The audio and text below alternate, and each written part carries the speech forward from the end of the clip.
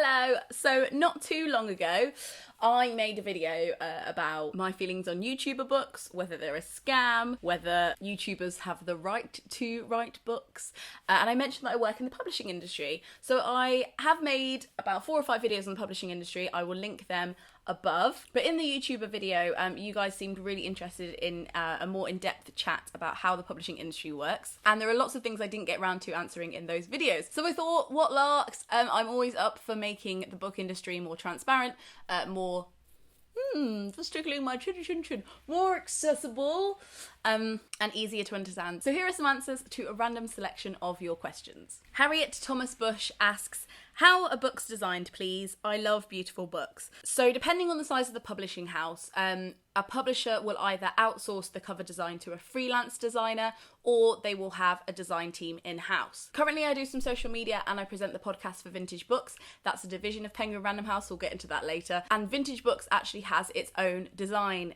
department. They're a division with a huge emphasis on the beautiful look of books. It's a really big investment area for them. The Vintage design team actually have their own Tumblr account called CMYK and their own Instagram, which I'll link below.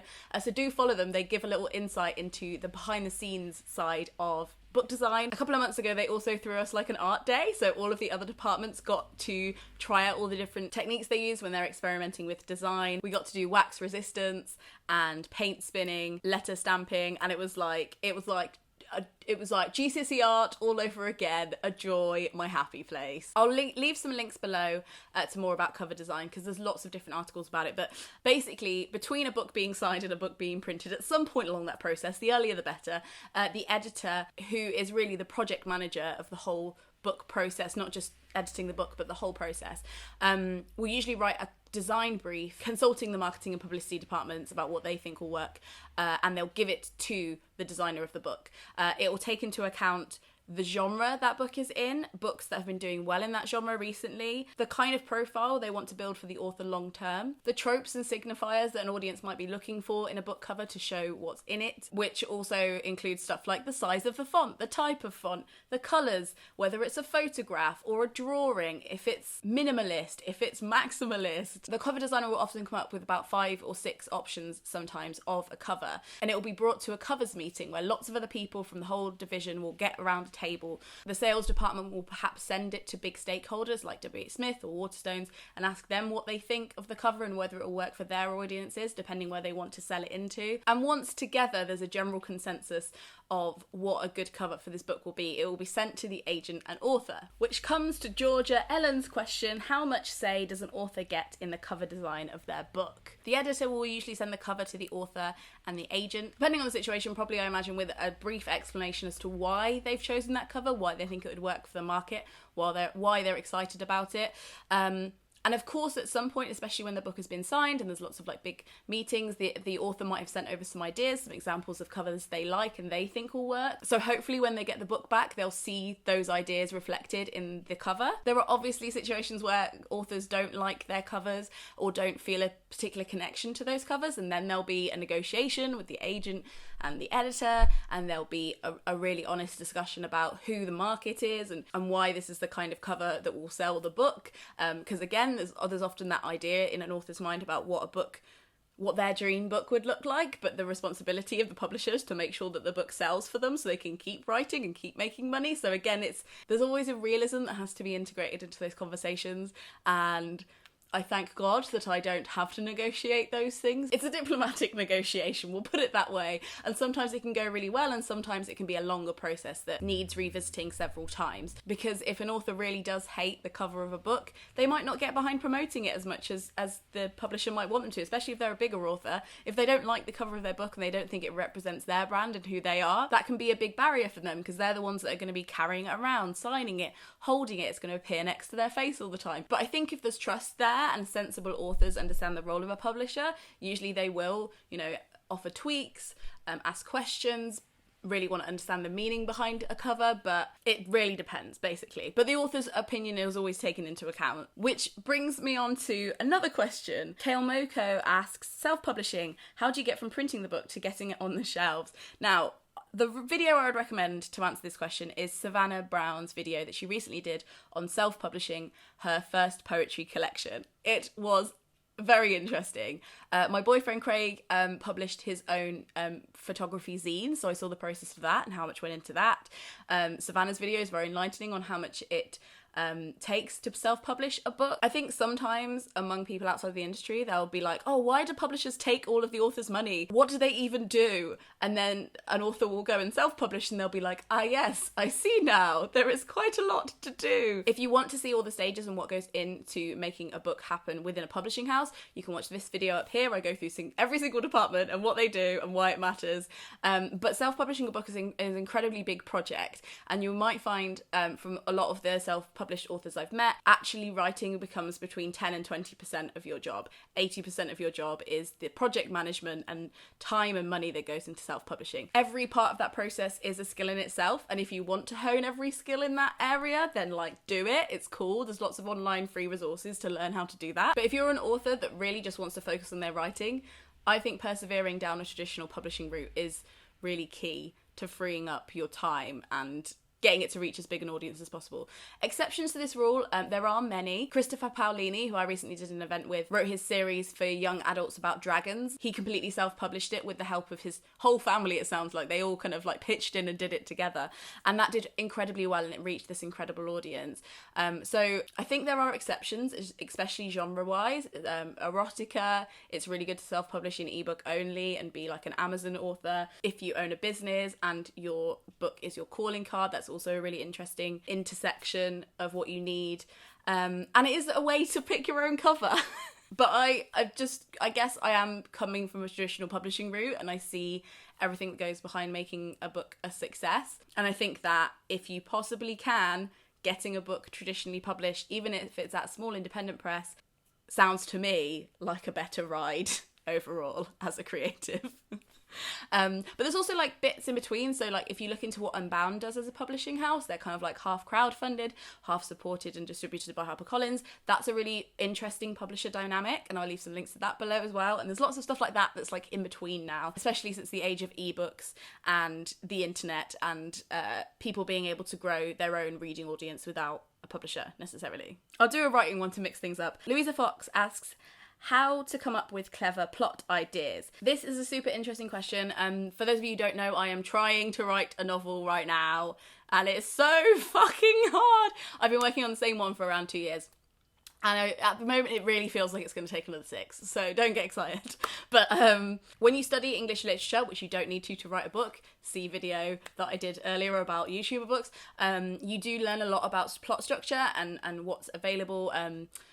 Andrew Booker wrote this book called The 7 Basic Plots, which is fucking huge. All about how most plots revolve around 7 different patterns, and there's endless amounts of material you can read on it. Margaret Atwood wrote a really good book that I've perpetually been halfway through about world building. Scarlett Thomas wrote a pretty interesting one that I read during uni called Monkeys with Typewriters. I swear by a workbook I used when I was plotting my novel that's called, I don't remember right now, but it's made by the people who do NaNoWriMo and it's incredible.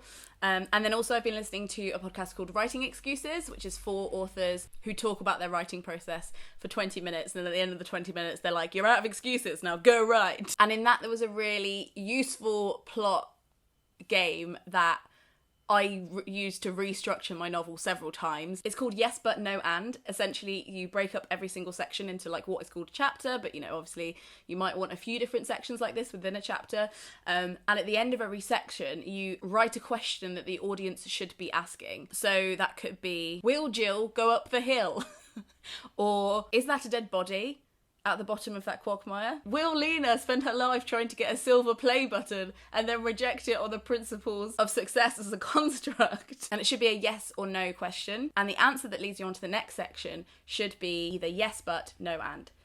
Yes, Jill does go up the hill, but at the top of the hill, she doesn't find what she expects to find. Is that a dead body at the bottom of the quagmire? No. But it is the dummy of Theresa May, and what kind of criminal would bother to make a dummy of Theresa May and leave it at the bottom of a quagmire? These are just I haven't even written that. It just came from deep within me. Will Lena reject the silver play button? No. And she gets consumed by her own success to the point where she starts losing her own face.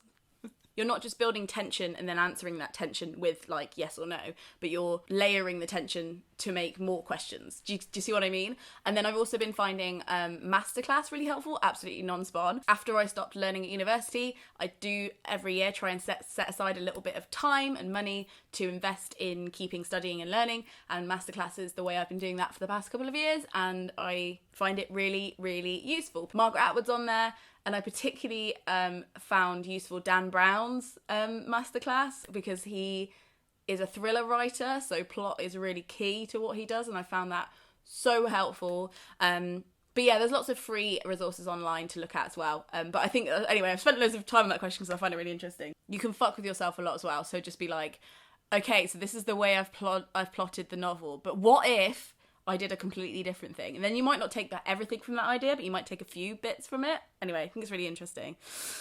Anyway, focus. Scarlett XMCD asks, is there a huge difference publisher to publisher, or do they have a similar approach? Yes and no. So I'd say like the big five biggest publishers, they're usually so big that they will literally publish anything. They publish anything from children's stuff to graphic novels to obscure education textbooks to cookbooks to very high literary fiction, because that is their business model. And so basically there's a publishing house, there's a division within a publishing house. So in this case, that might be Penguin Random House. Within that is Vintage as a division. And then within Vintage, there are 10 imprints. So they're usually ghosts of smaller publishers that have been taken over or died, or bought out in the past. Makes my little indie heart a little bit sad. So for instance, we've got loads at Vintage. So you've got Yellow Jersey, which is a sports imprint, Jonathan Cape, which is literature and graphic novels, Square Peg, which is clever twists on humour and light-hearted stuff. They did the book, if you ever saw, there was a book on Weatherspoon's carpets and the history of them. They did that. And they also recently did, oh my god, I've got to show you this book. This is Our Rainbow Queen. It just came out. I'm very excited about it. Sally Hughes curated it and wrote all the notes inside it. And it is a photographic journey through Queen Elizabeth's 10 decades of colour-blocked fashion. I'm obsessed. There's also a section at the back for prints. And as you can see, the Queen has worn leopard print before. Confirmed. Look at that! And also, like Sally Hughes said about this, she was like, the Queen has been throwing political shade through her clothing and sending us secret messages for her whole life. That's the kind of stuff that Square Peg publish, but they're not always consumer recognised imprints. They more have reputations within the industry, and they have like specialist publicists attached to them often. That Jonathan Cape's Wing of Poetry is quite famous on its own. Picador Poetry is quite famous on its own. There's stuff like that, but anyway. Essentially, I would say, as me speaking for no one, all of the big publishing houses do have quite similar approaches, at least when it comes to commissioning books, which is why they come head to head so often in auctions to buy big titles, because they all kind of function in quite a similar way. But each division within it will have its own remit, and there are some really interesting twists on what certain editors are looking for. There'll often be one or two editors that are attached to an imprint that have a specialism or something very specific they're looking for, a specific list they're looking to build. But as we talked about in the YouTuber book video, most ecosystems with a publishing house will need a commercial arm and a non-commercial arm to stay steady and stay sane. Jessica Oates asked, how long on average does it take for a book to go from signed deal to published? So I'd say longest, 18 months to 2 years. Shortest, 3 months if everybody in the publishing house almost dies. I was part of a process like that once when I worked in indie publishing, published a book in 3 months. It was a ride. Usually press coverage, magazines, retail, editors, everybody needs a long run up to make sure a book is in the right catalogues, the right people are being told about them at the right times.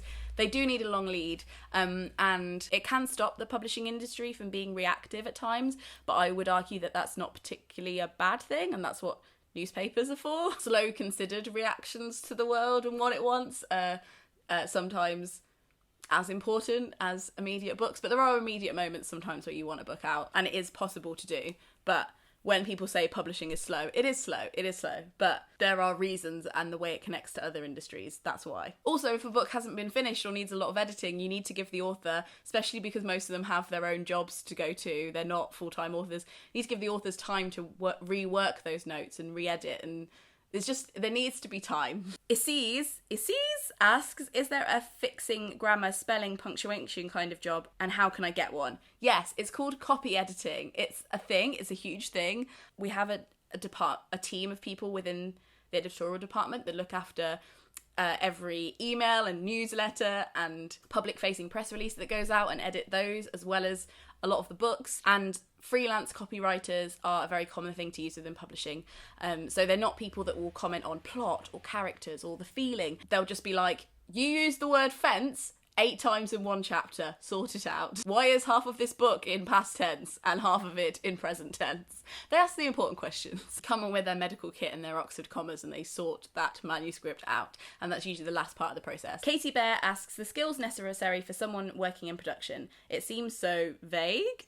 Well, Katie, I'm glad you asked. Actually, on the Vintage Books channel, I made a video with a really lovely woman called Polly who works in the production department at Vintage. And I sat her down and I got her to explain what her job is and how she got it. So that video is linked there. Production's really interesting because you get to choose everything from like the ribbon that goes into a book to the spine and like the width and like the format, and it's super fun if you're into that. I should start getting faster with these questions because I've been rambling. Molly Fairley asks, how does translation work in the industry? As a language student, I'm very interested. So again, Molly, I have made some podcasts that I'll link below for Vintage about the process of translation, where we've just interviewed the translator about how they found translating the book. Translators are usually freelance. They usually have 1 or 2 specialist languages. They usually also do other jobs like scouting for books in one language and then advising agents on what to buy in another language. Once a book is sold in a home territory, so like I'm from the UK and my book would be sold in the UK, whoever has the rights to all the other countries, so an agent might just sell UK English speaking rights to a publisher, or they might sell world rights and then keep the rest of the rights to themselves to sell on later. But once a book is sold in a home territory, then it's either the agent's job or the rights department in a publishing house to go around and sell the rights for English-speaking languages and also for translation rights in every territory. So an agent might be like, okay, we've sold the UK rights, now I'm going to go to France and sell the English rights and also sell the rights for it to be translated into French. Does that make sense? And then you can do that for every single territory. Like there'll be like a English-speaking rights in Japan, and there'll also be a Japanese translation rights. And they can be bought by the same person or different people. Mad. Sometimes a translator will play a really big part in an author's translation. I did the publicity for this book, A King in Hiding, about 5 years ago. This book, she's not actually credited on the front, which is again is a big debate in publishing. A really great translator called Barbara Meller translated this, and I was on the phone to her when I was asking her about the book. Like when we bought it, I gave her a ring and chatted to her on the phone about what was in the book, because obviously she was the one who spoke English and had translated the book. This is about a boy refugee who becomes a world chess champion. So I do think she had contact with Fahim herself and like really got a sense of him and a little bit about the way he'd phrase stuff and say stuff, as well as talking to the people who helped him write the book. His a semi-ghost, not a ghost writer, but like an assistant writer who like helped them write the book with his mentor, who's mentioned and features in the book a lot. So that was like a really big collaboration, I guess, between 4 people writing this book, and she was like very heavily involved. So that's an example of that. But there are often also ones where it's just emailed to a translator and they just have to come back in a few months with the translation. It really depends. This is a good one. Ellen Tilsley asks, how or why would a publisher decide to stop printing a book? So heartbreaking. So basically, when books are published, there'll be a costing, how much the book will cost to print and market and publicise, and against that, how many copies of a book a publisher hopes to sell. And then from those 2 bits of maths, they work out what kind of advance they can pay the author and what kind of advance they want to pay the author. And the hope is obviously that advance will earn out, and both the publisher and the author will start making money at some point in that process. Sometimes that doesn't happen. Advances don't earn out. Similar books are published at the same time. Audience interest changes. The book that's delivered doesn't isn't as great as maybe everybody thought it was going to be. It doesn't get the right reviews, comes out at the wrong time of year. So many things can go wrong, and it's never really anybody's particular fault, but some books just don't take off in the way that they have been budgeted to take off for. So sometimes, say with poetry, the budgets will be really low because poetry sells a really small amount, at least in the UK. It's like really, if a poetry book sells 500 copies, like, it depends on the book. So it's not always that it's just small books that don't get republished. It's just the bet that has been placed on the book and whether they've won that bet or lost that bet. Part of that is the print run and how many books they're going to print straight off. And obviously the more books you print, in the same way that, you know, when you order business cards, and if you order like 500, it's this amount per card, but if you order like 100, then it's a little bit more per card. It's the same with publishing books. Like, the more you order, the cheaper it is per unit. So often publishers will go and print more books than they think they're going to sell. But sometimes, say, a publisher might print 5,000 copies of a book, 4,000 sell, and then the sales really drop off, and maybe then they're just selling one a week for 5 years, and after those books have gone, the publisher looks at it and is like, should I reprint this? Well, it's only selling, you know, a copy a week. I don't know when that'll stop. It could be a copy every 2 weeks soon.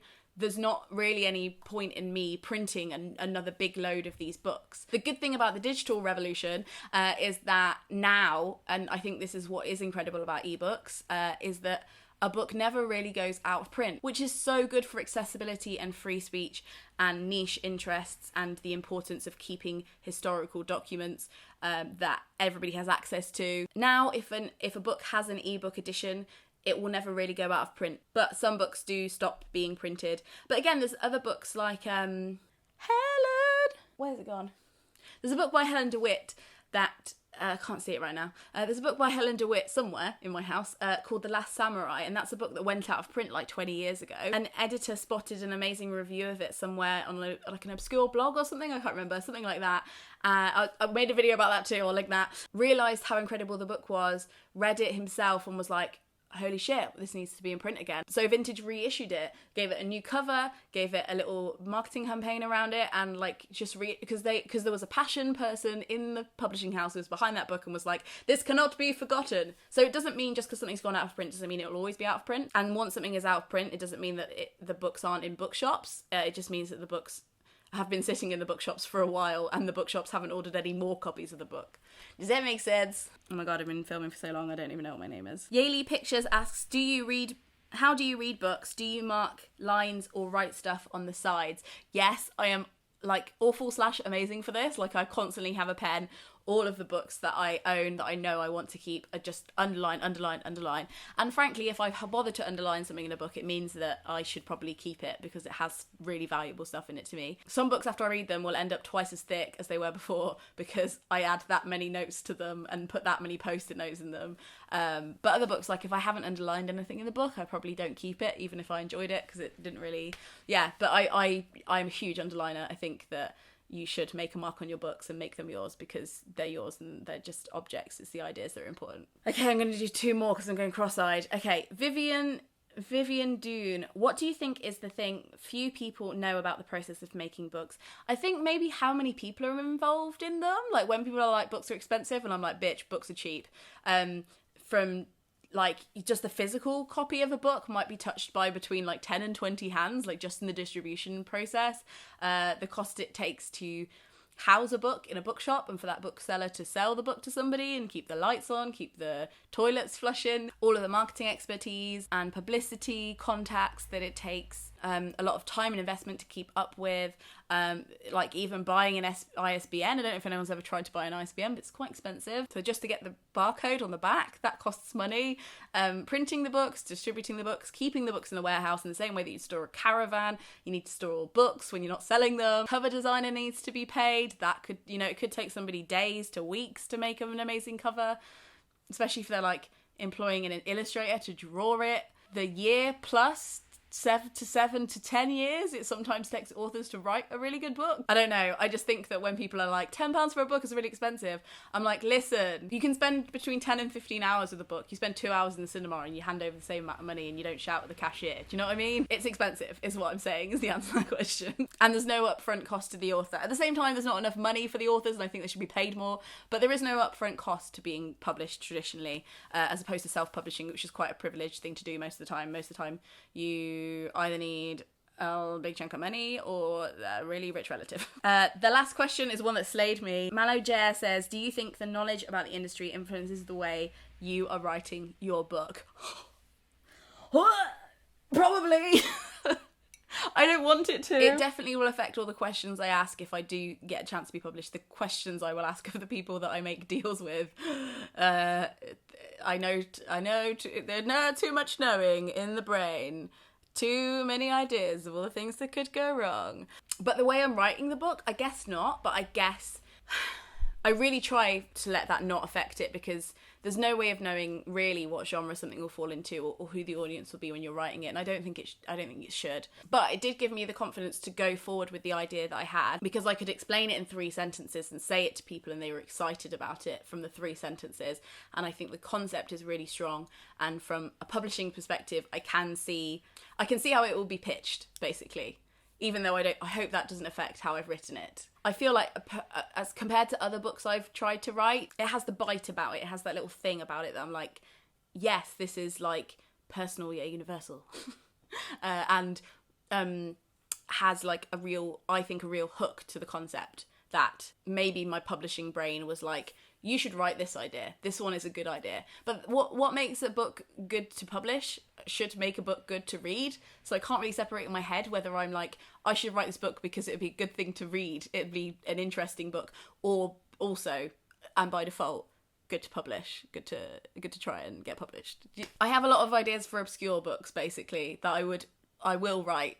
As well. Ones that won't make sense in 3 sentences, ones that are super strange. But this is not one of them, and I feel really passionately about it, and maybe part of that is knowing that people will get it straight away and trust the idea, and then hopefully see that it's in some way okay written. Anyway, that question spirals me into an existential crisis, so thanks for that. But really interesting.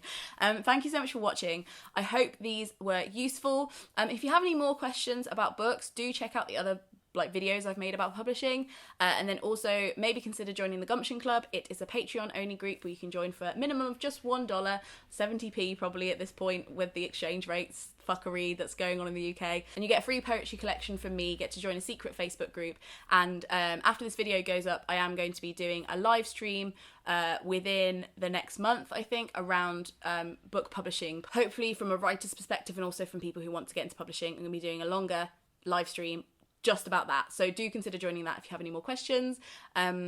Thank you to my Patreons for keeping this channel going and making this content accessible and free to everyone. It is their gift to you. Isn't that nice of them? If you haven't been here before, do consider subscribing so you can stick around. Yeah, I think that's it. Frog snog out, I guess. Frog snog out. Bye.